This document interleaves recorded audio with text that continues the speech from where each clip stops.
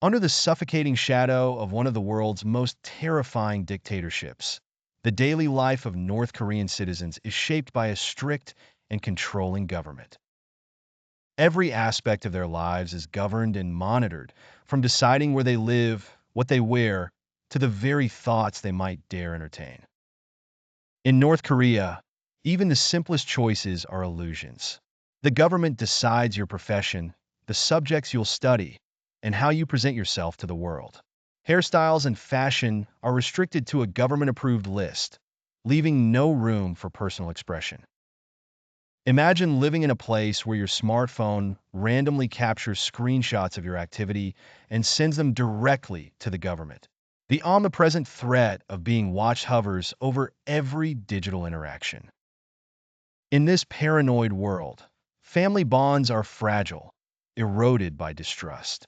Under the ghastly law of guilt by association, a single misstep, or even the rumor of dissent, can condemn entire generations to suffering.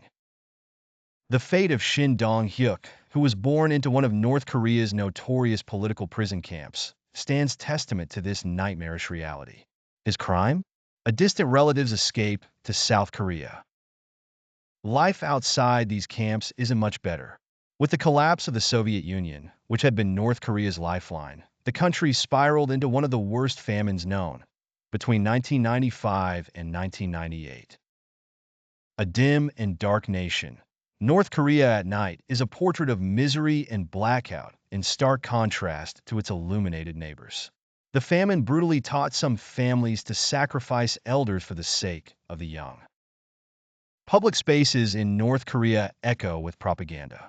At dawn, radios tune in univocally to government narratives, broadcasting stories of Kim Jong-un's heroic exploits, urging citizens to admire and emulate their leader's supposed greatness.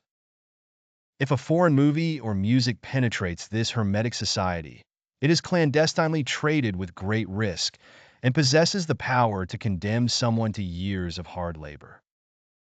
With restricted movement, both inside and outside the nation, traveling even within their own country requires government approval.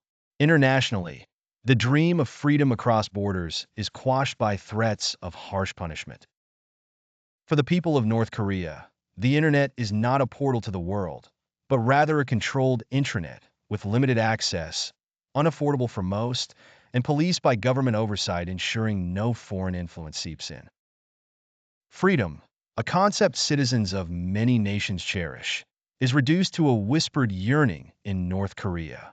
Embedded in this atheistic regime is a chilling intolerance for religious belief, particularly targeting Christians as potential colonial influences. North Korea's citizens live a life engineered to sustain a hereditary dictatorship, where even a hint of dissent can be deemed an act of subversion.